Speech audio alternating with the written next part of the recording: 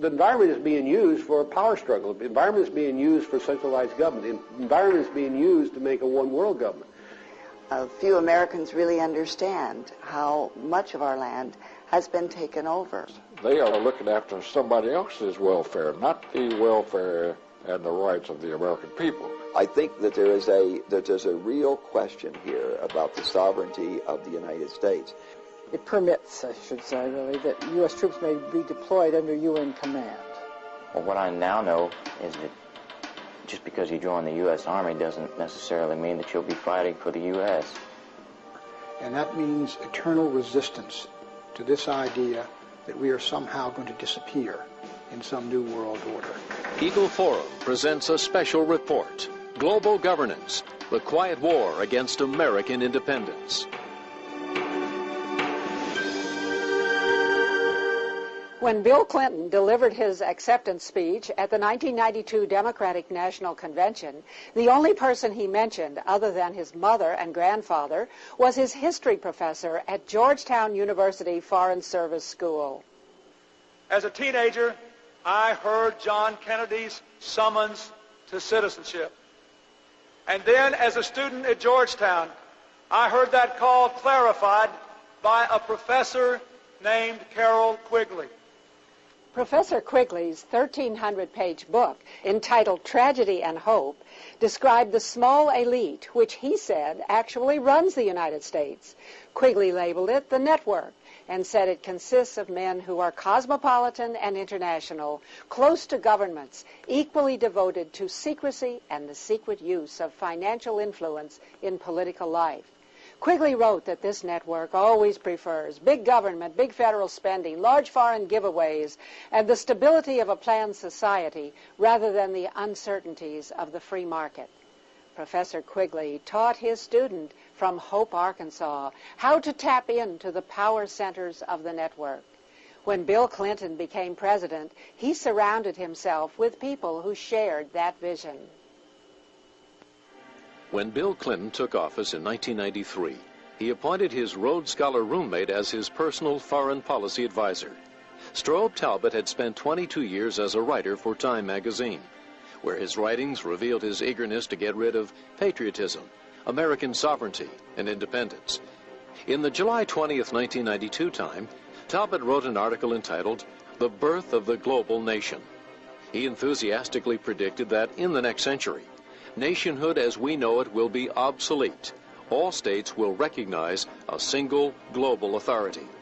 In fact, wrote Talbott, national sovereignty wasn't such a great idea after all.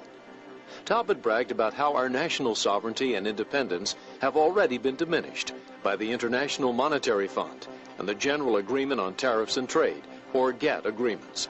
He boasted that the internal affairs of a nation are no longer off limits to world government. For his article, Talbott received an award from the World Federalist Association, a group committed to world government, and a congratulatory letter from Bill Clinton. Later, President Clinton appointed Strobe Talbott to the #2 post in the U.S. State Department. Strobe Talbott and those who dream of putting the United States under a single global authority know that Americans will never vote for world government. So instead, they talk about global governance, a global village, a global neighborhood, a global economy, a global commons. That means the sea, the air, and outer space. They talk about reforming the United Nations and expanding Nato. The solution to the problems they raise is always more international agencies, wielding more and more control over American land, private property, natural resources, economy, trade, military forces, and even our personal relationships. The global governance bureaucrats in the Clinton administration have a close working relationship with the bureaucrats in international organizations. Together, they use two principal techniques to increase the power of global organizations: treaties and international conferences. November 20th, 1989. With much fanfare and plenty of pictures of children, national news media announced that the United Nations adopted the Convention on the Rights of the Child.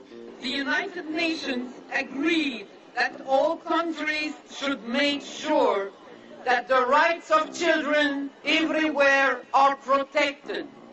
A treaty to protect children? Not according to constitutional attorney Michael Farris.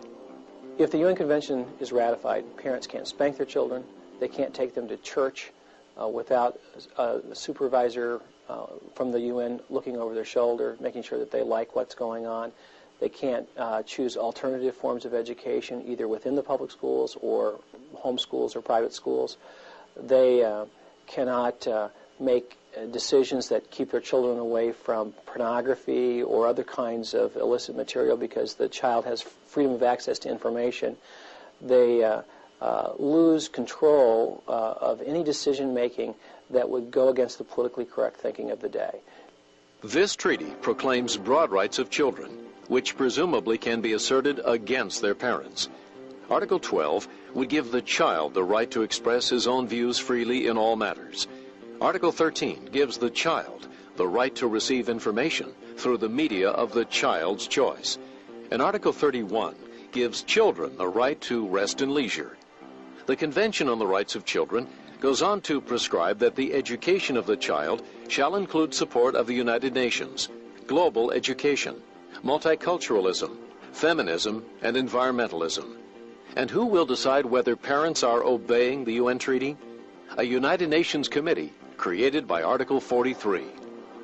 We should not have people outside this country mandating how we'll educate our children, what we'll do for our kids, when we'll do it, or what they'll read, or what they'll be exposed to, and what parental control will be. I don't really believe that our government should interfere substantially with child rearing. It would be wrong for states to tell parents what they could or what they should do with their children, or for the federal government.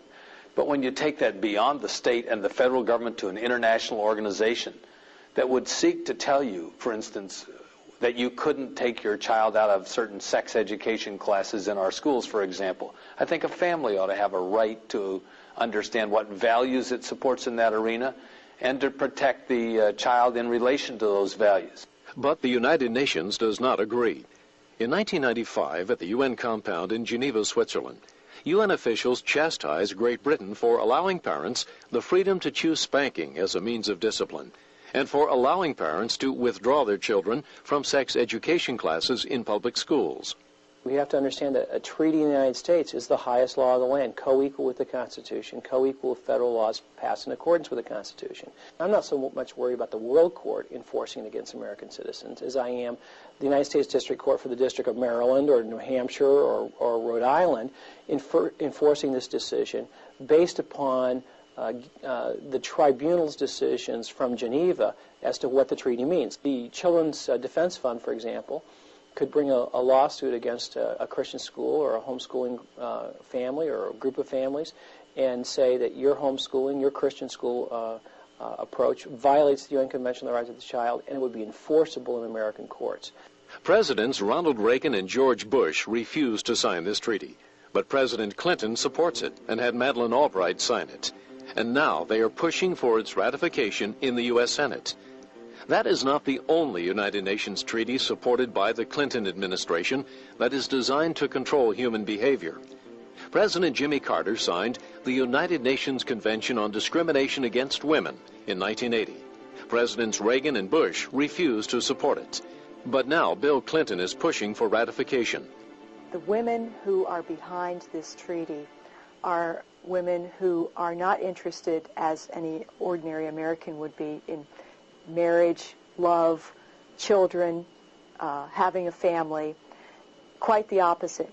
They tend to be women who want marriage to go away, who promote homosexual rights, who promote abortion on demand, all of these things that are totally contrary to the wishes of the vast majority of American women and men. Article 1 on the UN Treaty on Women would abolish discrimination against women in the political, economic, social, cultural, civil, or any other field. This treaty covers marriage, family, church practices, other religious customs and beliefs, and every other area where society might otherwise choose to respect those differences. In case of any doubt, Article 2 states that the treaty would even extend to what it calls customs and practices. Article 3 would require us to pass new federal laws in social, economic, and cultural fields.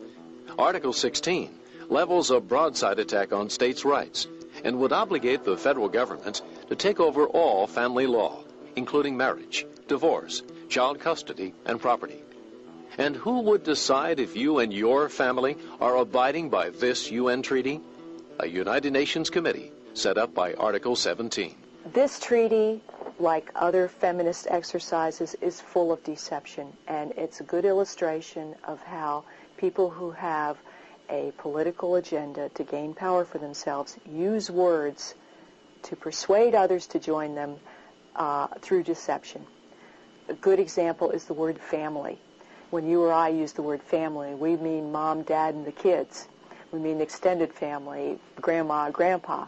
When they mean family, they mean two guys who met each other in a bar on Saturday night and have decided to live together.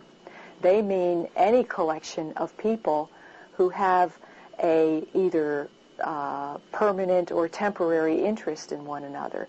That is just not what the rest of us mean by family, yet feminists will constantly invoke the word family with their own meaning in mind, hoping that we'll be fooled. For example, Article 5 would require us to modify the social and cultural patterns of conduct of men and women, and to assure that we are following UN dictates about family education. And Article 10 would even require the revision of all textbooks and teaching methods to adhere to UN definitions about family and feminism. The people representing the family legitimately and so forth, they were not permitted even to participate. And all of these wild-eyed people who want the government to control families and everybody else, they were in charge. Jesse Helms is chairman of the U.S. Senate subcommittee that oversees treaties. He opposes these UN treaties. Well, of course, these treaties that emanate from the United Nations, they are looking after somebody else's welfare, not the welfare and the rights of the American people. And that's the reason I look askance at every one of them. Meanwhile, the Clinton administration is pushing hard for another series of treaties that would give international organizations control over our national economy. The Chemical Weapons Treaty purports to ban chemical weapons, but many critics believe this will seriously damage U.S. national security. There are parts of the treaty that seem to suggest that you cannot put intelligent limitations on the export of technology, that everyone who signs the treaty must trade freely in all of the technologies of chemical warfare. Well, of course, every other country in the world would love it if they could have immediate required access to American technology in this area. We probably have the most sophisticated such technology in the world. I don't want to export that technology. I don't want there to be a treaty out there that even hints or suggests that we have to. That's something over which we must exercise control, and we must make the judgments. We, meaning leaders whom we can hold responsible. But the UN Chemical Weapons Treaty provides no such accountability. Though it would give both allies and enemies our most sophisticated technology, many dangerous countries, such as Libya, Syria, Iraq, and North Korea, have not signed the treaty. Other countries with significant chemical weapons arsenals, such as Iran and Russia, have indicated that they will not comply with the treaty. In spite of the potential damage to U.S. national security and the unverifiable and unenforceable nature of the treaty, the Clinton administration succeeded in getting the U.S. Senate to ratify the Chemical Weapons Treaty in 1997. The Chemical Weapons Treaty, of course, doesn't do one thing to protect the American people against chemical warfare. Yet it has caused many people to have a false sense of security. It's interesting. We have a new chemical weapons ban treaty for which the people that are most likely to threaten us are not a party to. It's not much of a treaty. What did we accomplish with it? We accomplished nothing other than limiting ourselves to have a weak negotiating position with those very adversaries that we face today. Another dangerous UN treaty that would damage our national economy is the law of the sea. Nearly 3/4 of the world's surface is covered by water. American companies harvest minerals from the sea that are important to our industrial and military defense. In the late 70s, the Carter administration developed a treaty that would effectively give the United Nations decision-making authority over the world's vast ocean riches. And we have succeeded in adopting a convention covering practically every aspect of the uses and resources of the sea. But President Ronald Reagan opposed the treaty. Doug Bandel worked on the law of the sea during his administration. It really did two things. The first is it established a principle of essentially socialism. It said that all the unclaimed resources on the seabed would be owned by, as they put it, the common heritage of mankind. What they meant, of course, was by the United Nations. And the ownership would be vested in governments around the world. And he saw that as utterly inconsistent with the principles of free enterprise. His second concern was the way the UN would implement that principle, which was essentially to create another United Nations called the International Seabed Authority. And that seabed authority would have under it, its own corporation, the enterprise, to go mine the seabed on behalf of the governments of the world. And this would run like the United Nations. It would have a council and an assembly and committees and a huge bureaucracy. It would be taking money from the West, the industrialized countries, and giving it to third world countries. So it would be part of this whole scheme of what was called the New International Economic Order, an attempt to take money from the West and hand it out to third world governments. Well, he saw this kind of a mechanism as being utterly inconsistent with American interest, and he was quite willing to stand up to the rest of the world and kill the treaty for that reason. The Clinton administration has revived the Law of the Sea Treaty and is pushing for Senate ratification. If passed, this treaty would expand UN control of the world's economy and build on another highly controversial treaty, the General Agreement on Tariffs and Trade, or GATT, ratified by Congress in late 1994. The highly controversial GATT treaty locked the United States into the World Trade Organization. The World Trade Organization is basically a UN of world trade, a Supreme Court of world trade, which will basically dictate to countries whether or not they're violating world trade rules. And world trade rules take supremacy over all internal laws of various nations. So what you got is sort of a global Supreme Court handing down orders to nations and states, and it's got the capacity to allow countries to fine one another. But the goal of this basically is to subordinate national decisions to global decisions, and all national decisions done in the national interest to the exigencies, if you will, of world trade. In other words, if your national decision interferes somehow with world trade, for example, if Americans have a Buy American policy, the World Trade Organization will come in and say, that violates global trade rules, you have to change your laws. The World Trade Organization, headquartered in Geneva, sets, administers, and enforces global rules of trade. It includes a legislature, an executive branch, and a Supreme Court that decides trade disputes, whose rulings cannot be vetoed by any nation. Despite assurances from GATT proponents that passage of this treaty would not interfere with the sovereignty of the United States, in its very first case, it ruled against the United States. The first country sued under the World Trade Organization was the United States of America. We were sued under it by the Venezuelans because we would not accept fuels that did not meet our clean air standard. Well, we worked long and hard to clean the air up in this country. We lost the suit in the World Trade Organization, and now a body of people in the World Trade Organization, most of them not our friends, most of them actually our enemies in terms of foreign policy, have now dictated that we'll import dirty fuel and burn dirty gasoline in California because we've signed a treaty, a GATT treaty. And this is the great threat here. The World Trade Organization is one of about 4 or 5 organizations which I believe the proponents of the New World Order hope to create into a global world government. The third type of treaty being pushed hard by the Clinton administration would give much control over U.S. land, energy, and private property to various agencies of global governance. In Rio de Janeiro in 1992, the United Nations hosted a conference called Earth Summit. This conference produced a new treaty called the Convention on Biological Diversity. President Bush did not sign the treaty, but it was hailed by UN officials and various non-governmental groups, or NGOs. We must eradicate poverty. We must achieve greater equality within and between nations. we must reconcile human activities and human numbers with the laws of nature. Fine-sounding rhetoric, but what did it mean, and how would it be implemented? When the treaty was up for ratification by the U.S. Senate, scientist and ecologist Dr. Michael Kaufman discovered the then-secret 1,000-page document written to implement the Biodiversity Treaty. People need to understand that this innocent-looking 18-page document is a time bomb waiting to go off. The document calls for literally reducing the human population by as much as 2/3 to 3/4 in the next 30 to 50 years. It could set aside up to 1/2 of the American landscape into wilderness areas interconnected by wilderness corridors, all surrounded by human buffer zones in which human activities are highly regulated. Dr. Kaufman's maps are based on United Nations documents.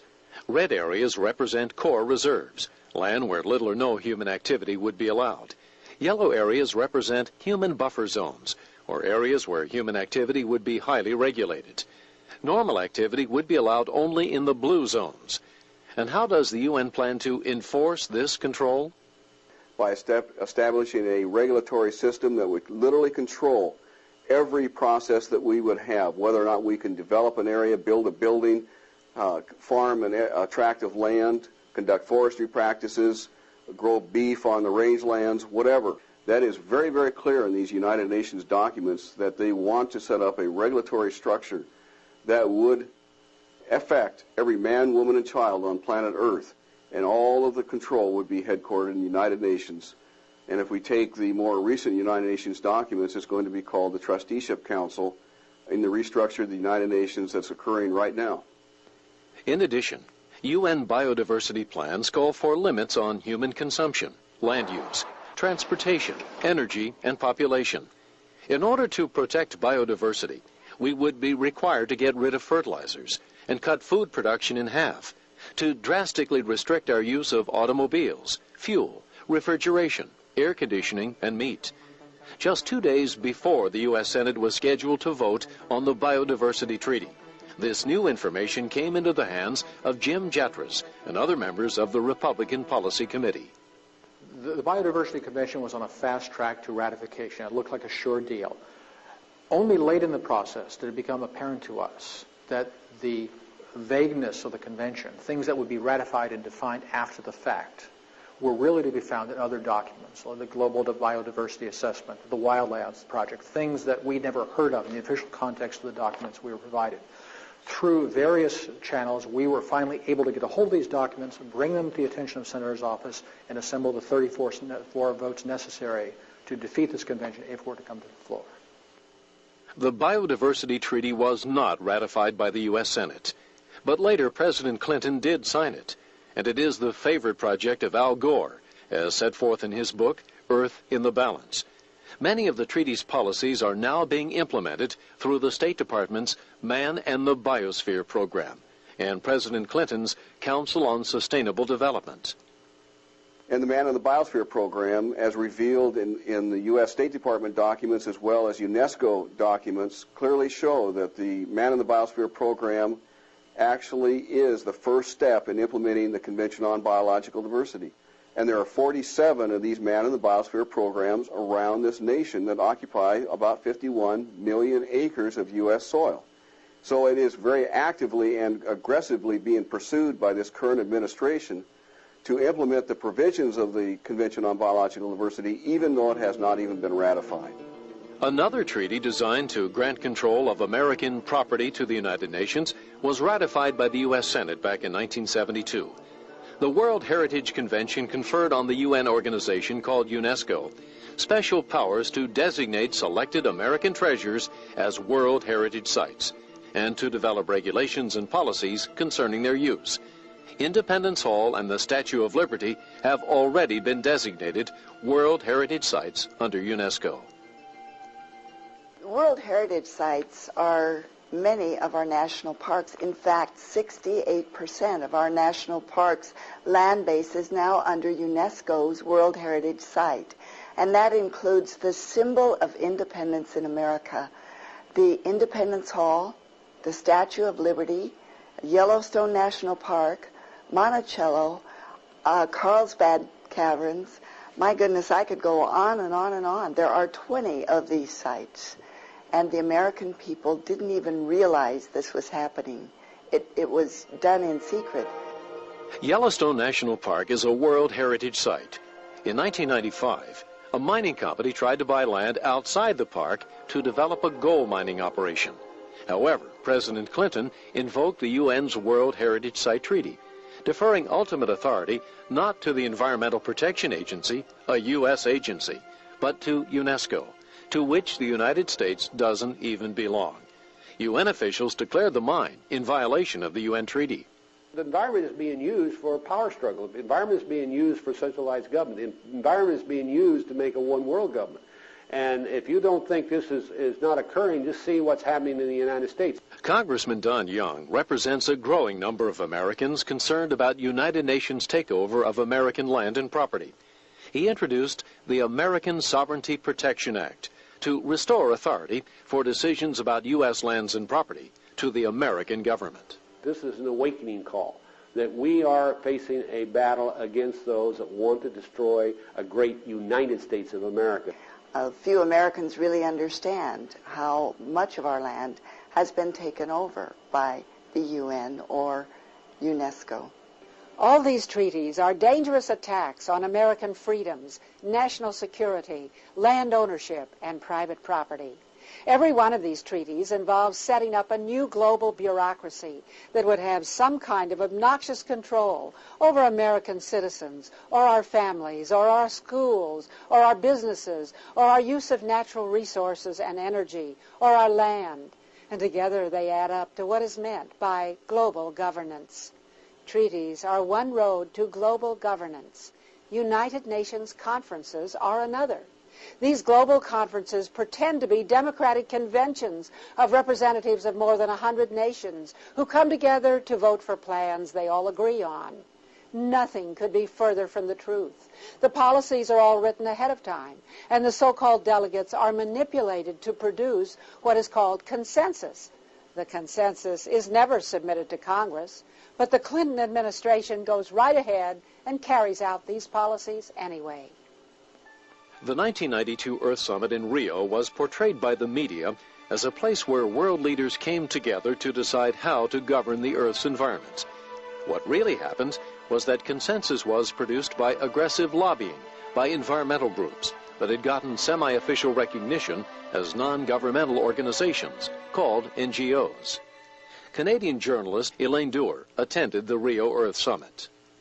There was a charity set up in the United States called Echo Fund 92, which had a purpose to help Mr. Strong in the operations of his office as Secretary General of the conference. And most of the money that flowed into that charity came from very large organizations, for example, Rockefeller Foundation, Ford Foundation, some very large industrial interests in Japan, in Italy, etc. That money, as I understand it from their reports to the IRS, was used effectively to fund NGOs which were in attendance, which were basically allowed to come as representatives of the people to both the Rio Prep Conference and the summit itself. In other words, groups were created out of whole cloth and attended at the Rio Summit as if they were representing people, and they were not. The people from other countries who go to these international conferences seem to be envious of America's high standard of living and private property. In 1996, at the UN Habitat Conference in Istanbul, Turkey, the consensus decided that the United States should provide housing for people all over the world. And at the UN World Hunger Conference in Rome, the consensus decided that America should take on the task of feeding the whole world. Now, President Clinton is planning on going to a world conference in Kyoto, Japan. It is widely predicted that the consensus in Kyoto will bind us to reduce U.S. energy consumption by 1/4, and that would have a devastating effect on America's standard of living and on the ability of U.S. wage earners to support their families. Senator Chuck Hagel co-sponsored a Senate resolution denouncing Clinton administration plans to sign the controversial global warming treaty. His resolution gained near unanimous support. There are essentially 5 major problems with the global warming treaty as it is now being conceived and probably presented. One, there's no clear, concise science that shows that the globe is warming up. At best, the science is contradictory, it's inconclusive, it's unclear. Second, the economic consequences. The economic consequences, we know for sure, would be disastrous, would be devastating to this country, driving industries out of this country. We would lose millions of jobs. Energy costs would go up. Productivity would go down. Standard of living would go down. Third, if in fact you want to curb greenhouse gas emissions, you certainly don't do that by binding the developed nations and let all the other countries, 130 of the so-called non-developed countries, including China, India, Mexico, South Korea, and others, off, because they will be, within 10 to 15 years, the largest emitters of greenhouse gas emissions. Fourth, national sovereignty. This cuts right at the heart of national sovereignty of the United States of America. We, in essence, if we signed this treaty, would be saying we would allow an international body to come in and dictate to our industries, our businesses, our people, what they could do and what they couldn't do. Use of what energy, which sources of energy, the cost of energy. And fifth, national security implications. If this treaty was signed, it would have disastrous implications on our national security. It would mean that we would have to fly less. We would shut down many of our training programs for tanks, armored vehicles, for ships, and for what? To sign this treaty. But the Global Warming Conference in Kyoto, Japan, is only the latest in a long line of United Nations conferences. In September 1995, the United Nations Conference on Women gathered in Beijing, China. Kathy Adams attended. In Beijing, the agenda was very radical feminism. It was homosexual rights. It was abortion on demand. News reports from Beijing showed women from many different countries singing and holding hands. Viewers were led to believe that these women came together to represent their countries on women's issues. According to Washington Times correspondent George Archibald, that was not the case. So a lot of these people who participated are already beneficiaries of UN programs, and many of them are getting grants through the United Nations. So they're basically paid functionaries, grant recipients of the UN. So then the UN staff can basically tell these people what they want them to do. And if they don't do what they want them to do, you know, the implicit point is that it's going to affect their funding. When they were promoting the idea that the definition of family should include same-sex partners, men and men, women and women, and a delegate from Honduras and another from Guatemala vigorously objected to this, along with the Vatican. Now, they were taken aside and told, your aid, your programs are going to, you're threatening the funding for your programs if you continue to take this position. The consensus process was so firmly planted before the meeting even began that the opening day of the conference there was consensus formed. That tells me that the United Nations is not a place for open debate. It is not a place for people to share different ideas and for freedom to reign. It is a place instead where the United Nations has an agenda, and they have set the agenda beforehand, and people come to the table in order to find out what their working orders, what their marching orders are, and then they are to go back home and implement what the UN's agenda is. Who directed the consensus on women's and family issues? I mean, I shot this picture of Bella Abzug as she came to the opening ceremony in Beijing. My own description of her is that she was the Empress of Beijing. In the New York preparatory conferences prior to the conference in China, she was very visible on the floor of the General Assembly when they had the prep meetings, orchestrating action on the the various sections of the draft agenda that was going to be considered in Beijing. I mean, she had privileged access. Regular run-of-the-mill private citizen Americans could never have gotten access that Bella Abzug had. And she was like a symphony conductor, just orchestrating the whole thing. All the UN bureaucrats not only know Bella Abzug, but they defer to her, they speak of her with respect, they recognize her when she's in the audience, and they invite her to be involved in their meetings and conferences. Bella Abzug is one of the driving intellectual forces in shaping the UN agenda. And of course, her agenda is always what it has been. She was frank enough about it when she was in Congress. She is in favor of destroying the foundations of American society and family life and destroying the foundations of the American economy and replacing it with socialism. When the American delegation returned to the United States, Madeleine Albright announced that Beijing had produced an international women's movement of activists, advocates, and advisors to the nations of the world. The Clinton administration set up the President's Interagency Council on Women, a federal entity composed of high-level representatives from 30 federal agencies, whose mission is to implement the commitments under a document called Bring Beijing Home. Bella Abzug boasts that work is underway to promote her platform in high schools, colleges, and universities. And Congress and the American people never had the chance to vote on any part of it. The most revealing thing about the 3 UN conferences that I have attended is that they have a very set agenda. The United Nations is trying to impose its ideas on the rest of the world. But how are they going to pay for it? I attended a press conference by the World Bank when I was in Rome, and it was very clear that they plan to implement many of the ideas coming to consensus at these different conferences. And who is the biggest funder of the World Bank? The United States is. The global conference that had the least media coverage in the United States was the UN World Summit for Social Development held in Copenhagen, Denmark in 1995. That's where UN officials worked for consensus on a really extraordinary plan to finance their goals for global governance. At Copenhagen, James Gustav Speth, a Clinton-appointed UN official, called for a global tax on foreign exchange transactions. This plan would give the UN a steady flow of trillions of US dollars without any action by Congress. Michael Schwartz attended the Copenhagen conference. What he proposed is a tax on international currency transfers and a tax on international travel, which would be collected by the central banks that did the international currency transfers. So nobody would notice that they were being taxed. But in fact, given especially the high level of international trade that exists today and high level of international travel, it was estimated at Copenhagen that this would bring in $1.5 trillion a year to the United Nations. The move to give the United Nations power to impose taxes has the support of several wealthy liberal foundations, such as the MacArthur and Carnegie Foundations. The World Federalist Association, headed by former presidential candidate John B. Anderson, has called for UN taxes on international travel and postal service.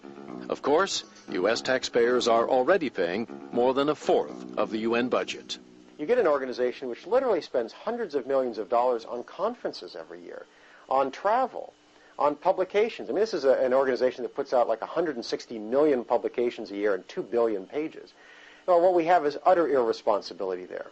And as long as you have a system where a voting majority, I mean, 1% of the money comes from the voting majority, you're not going to have a responsible system.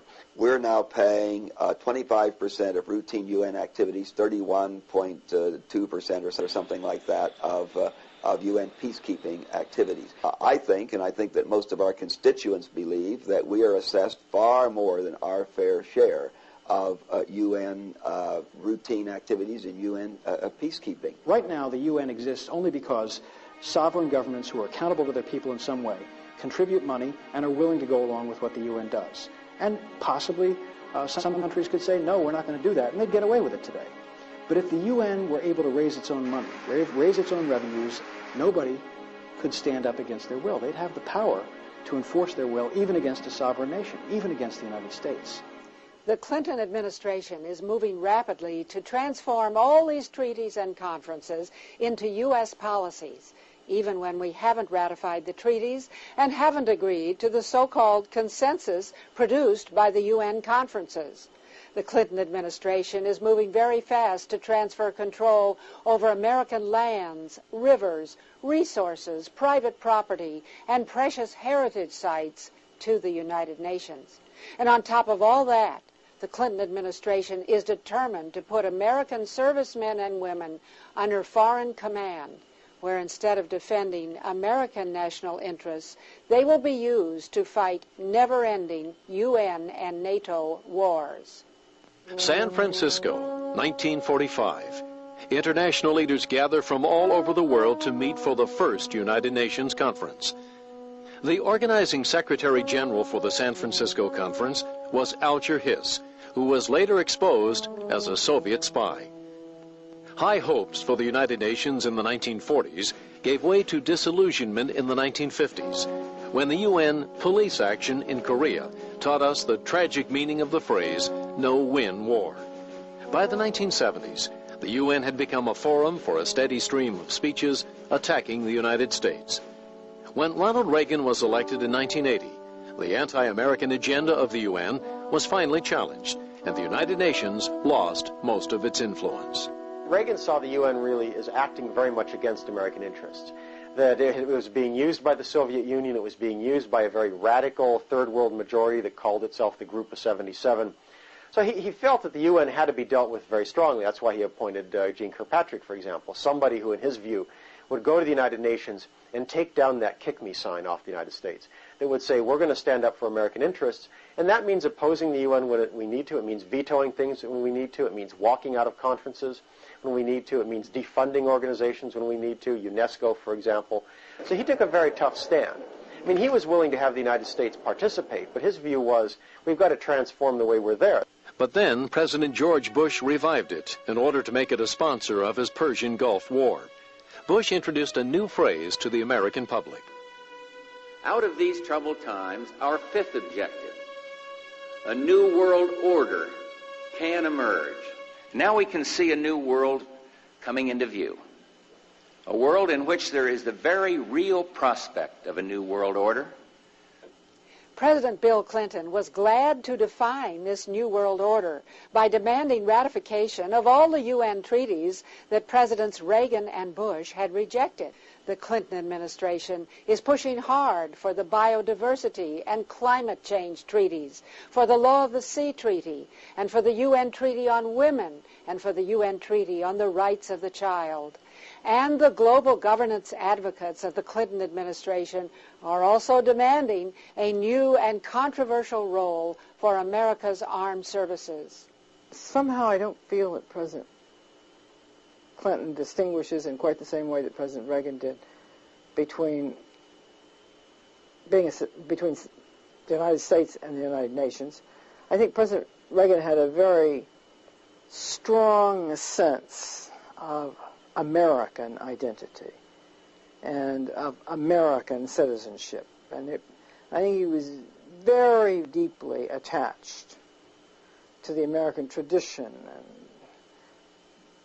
to American men and women, but to American freedom and to American forces. And I feel really that President Clinton is much more likely to be speaking about the world.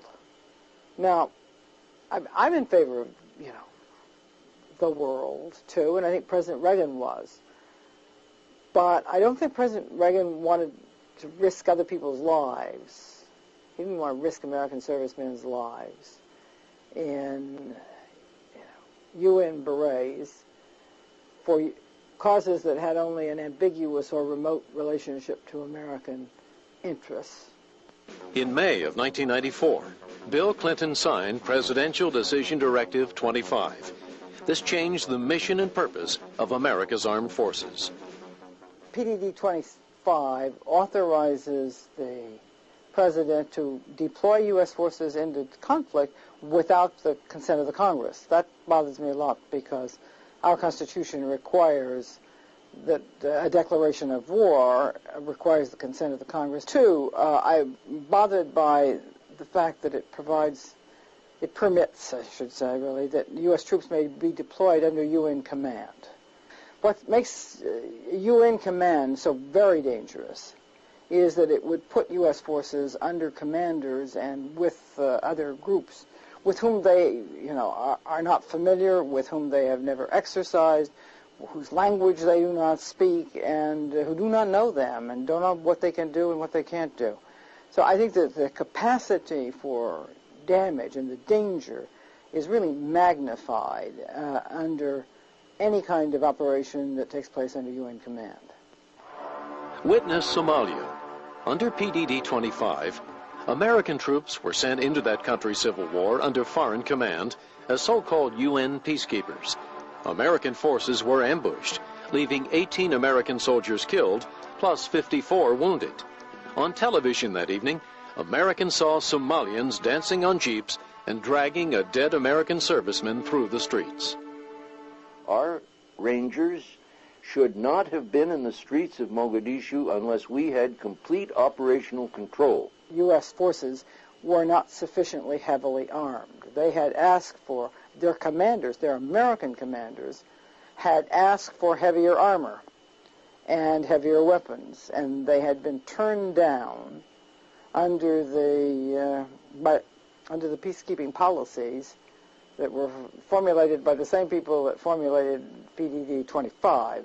Parents of 2 of the slain American soldiers spoke to a Senate subcommittee. I told the president today that Casey did die in vain. My son's death served no purpose. His courage and sacrifice have been wasted. When Al Gore, our vice president, tells the parents of the young men who were shot down in that friendly fire helicopter accident over Iraq, you should be proud of your son who died as a UN soldier.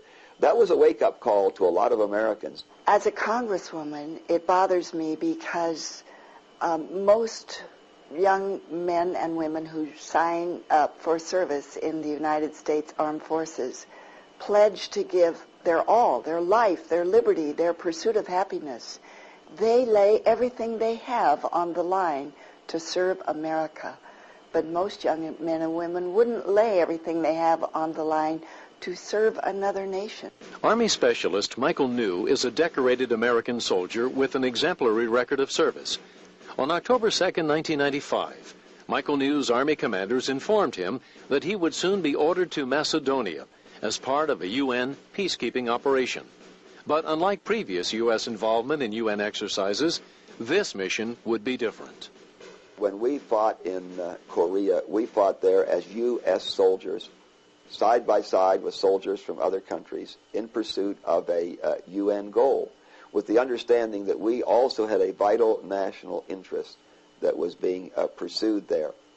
When our soldiers go to Macedonia, they go there in effect as UN soldiers. They wear the UN insignia.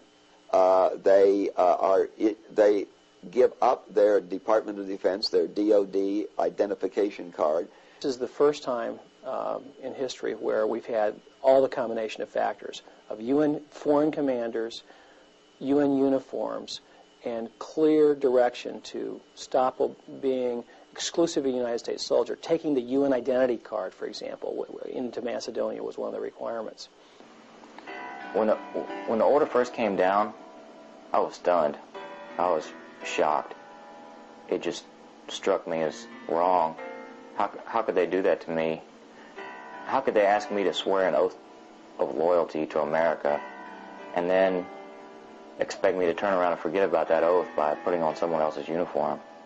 Michael New decided to approach his commanding officer. I went to my commander, and I told my commander, very simply, I took an oath to defend the Constitution of the United States of America against all enemies, foreign and domestic. My Army enlistment oath is to the Constitution, and in that oath I cannot find any reference to the United Nations. Specialist New was court-martialed for refusing to wear the UN uniform.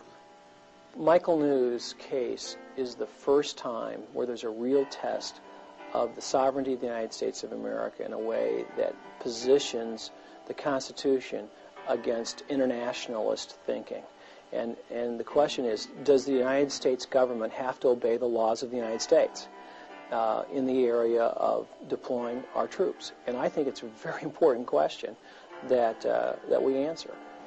Well, what I now know is that just because you join the U.S. Army doesn't necessarily mean that you'll be fighting for the U.S. What troubles me about this is that there is a general tendency, I think, on the part of our leadership, and it isn't, again, just this administration, although it's reached kind of a crescendo in this administration, that we need to submerge the goals and the sovereignty of the United States to the goals and the sovereignty of the United Nations. I think that there's a real question here about the sovereignty of the United States. The Michael New case exposed the plan to transform American troops into a United Nations army. And the American people are simply not going to put up with that. So now the advocates of global governance have come up with a new plan. A treaty to expand NATO will soon be submitted to the U.S. Senate. If it is ratified, it means that American sons and daughters will be obliged to defend the current borders of Poland, Hungary, Czechoslovakia, Romania, Slovenia, and all the other countries that join NATO in the future. Those countries have been fighting over their borders for thousands of years, and we would be obligated to send U.S. troops to fight one Bosnia after another. NATO expansion might not be the worst U.S. foreign policy initiative of the 20th century, but it definitely ranks in the top 3 or 4. Ted Galen Carpenter is a vice president for foreign policy at Washington's Cato Institute and has written extensively about NATO policy. It would antagonize Russia, possibly leading to a Russian-Chinese alliance. It would undermine pro-Western Russian Democrats. It would create security commitments that we could not fulfill to the new East European members of NATO without a U.S. nuclear guarantee, and it would entangle us in any number of potential Bosnia-style crises in Central and Eastern Europe. It is a dreadful, potentially catastrophic idea. The advocates of global governance are all around us. Public school textbooks are filled with concepts about world citizenship rather than American independence, about protection of the earth and biodiversity rather than human rights, and about definitions of the family to conform to the feminist consensus in Beijing and the UN treaties about women and the child. The National Education Association passes a resolution every year calling for global education in the schools. I received this letter from Walter Cronkite, the longtime icon of television news, asking me to contribute to the campaign for global change. He urged a global call for a reinvigorated United Nations, permanent UN peacekeeping forces, an international court, and a strong commission for sustainable development that would restrict our private property rights. Global treaties and conferences are a direct threat to every American citizen.